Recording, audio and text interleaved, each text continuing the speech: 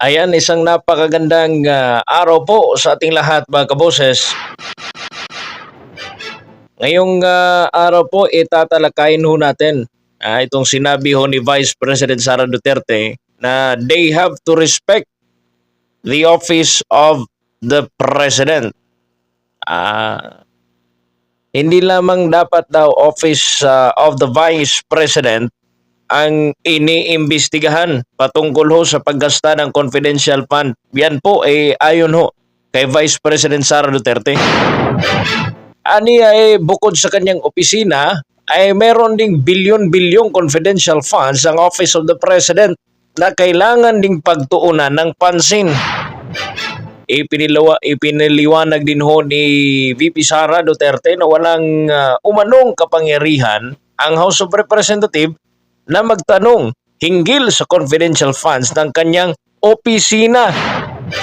Giit pa niya mga kaboses na tanging katanungan lamang ng Commission on Audit o COA ang sasagutin niya patungkol dito.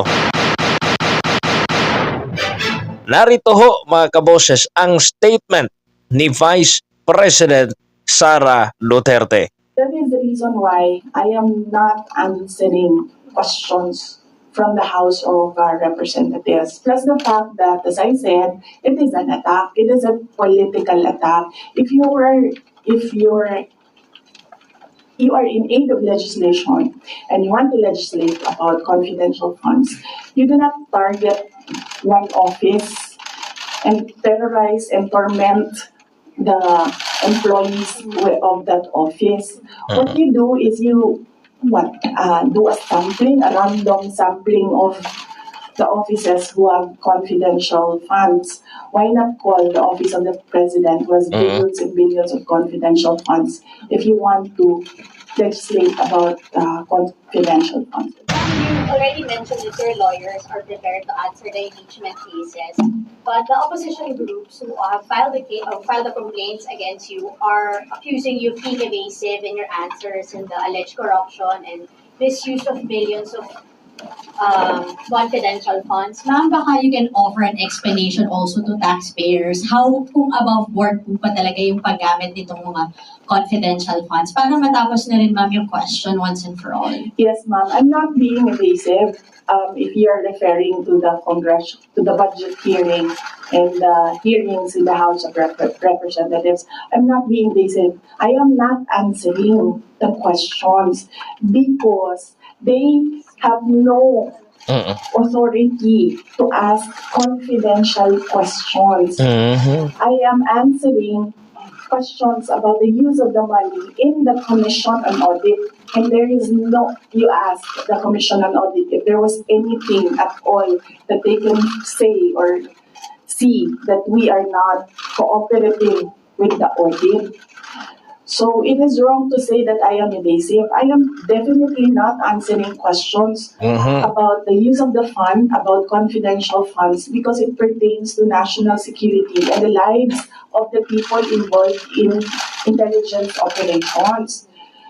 And yes, as I said, we have fully cooperated with the audit process of the Commission on Audit, who has the sole jurisdiction to ask questions about the use of confidential funds. In fact, 2/4 of the Department of Education are already cleared by the Commission on Audit, but it is still being questioned inside the committee in the House of Representatives.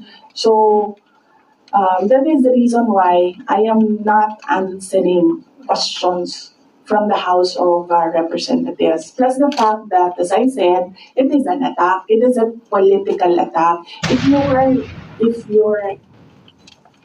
are in aid of legislation and you want to legislate about confidential funds, you do not target one office and terrorize and torment the employees of that office.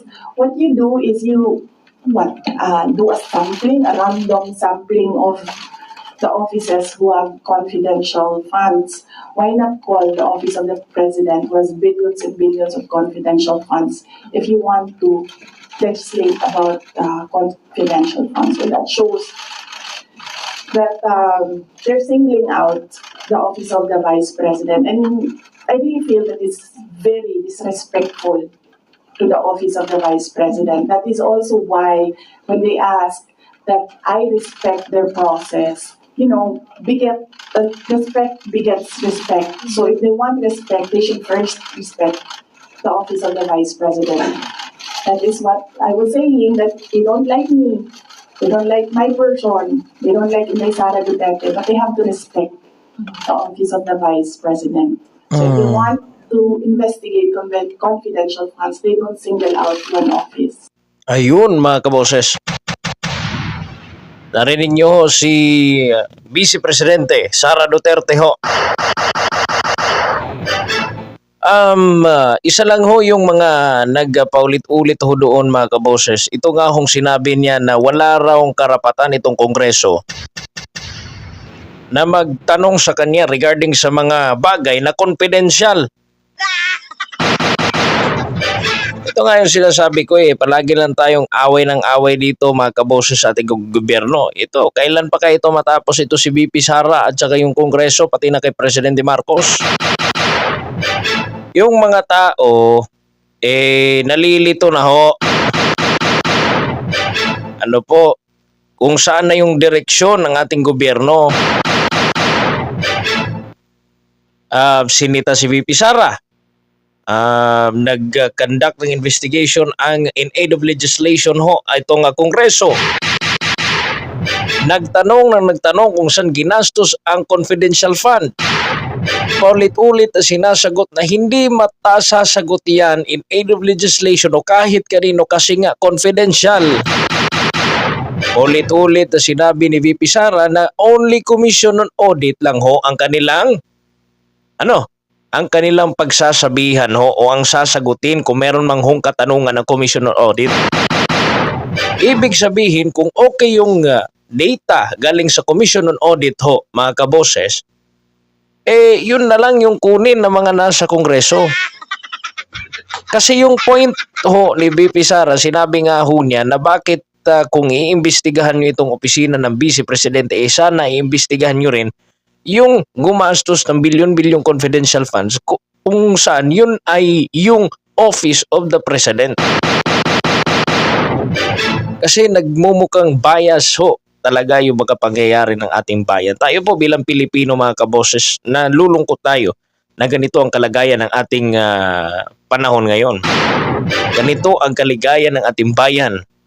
Tira dito, tira doon mga kaboses. Walang katapusang bakbakang politika.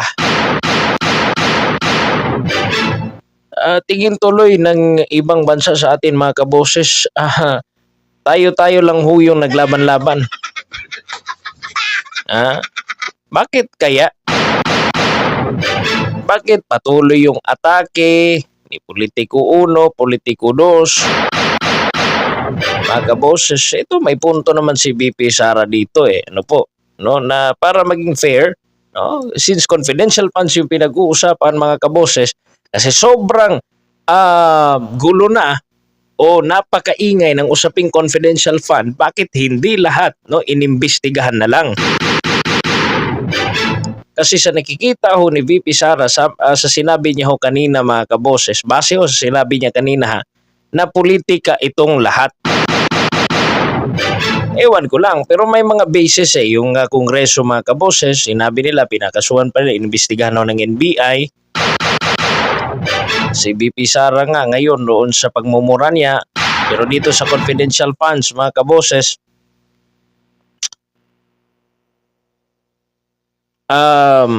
merong mga basis itong atin pong Kongreso regarding po dito mga kaboses. And kung i-push man nila yan, sana talaga managot si VP Sara if may lapses man dyan. Pero hindi discounted dito mga kaboses, sana damayin na ho lahat yung may hawak ng confidential fund, kasi mukhang yung mga tao mga kaboses nalilito na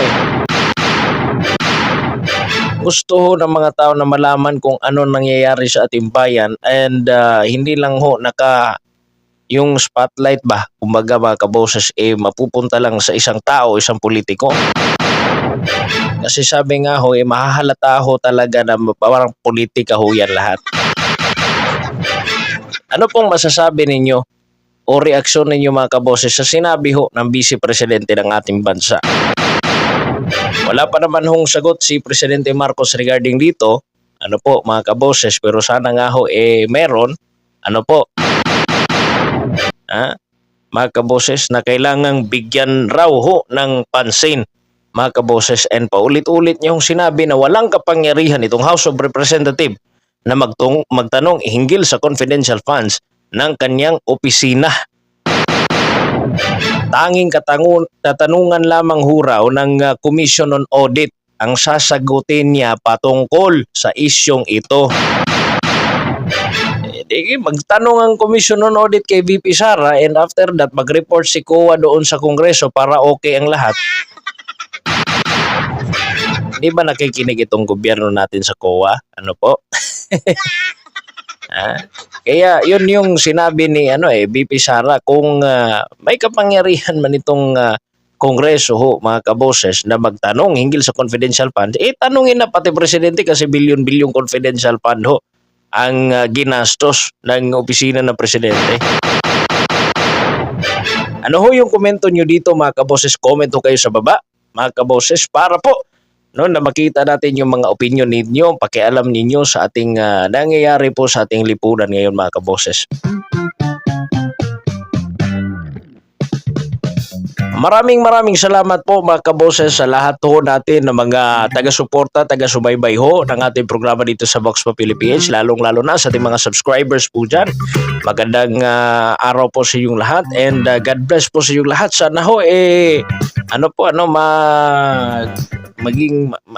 mag-pray tayong lahat mga kaboses para po na maayos po yung ating bayan mga kaboses and maibalik ho itong unity nga ho mga kaboses. Ano po, kailangan ho natin yan ng ating bayan mga kaboses at tayo po lahat ay magkaisa. Thank you po. Comment kayo sa baba mga kaboses para makita namin ang inyong mga opinion, reaksyon at suggestion mga kaboses. Maraming salamat po, Vox Populi PH. God bless po and bye-bye.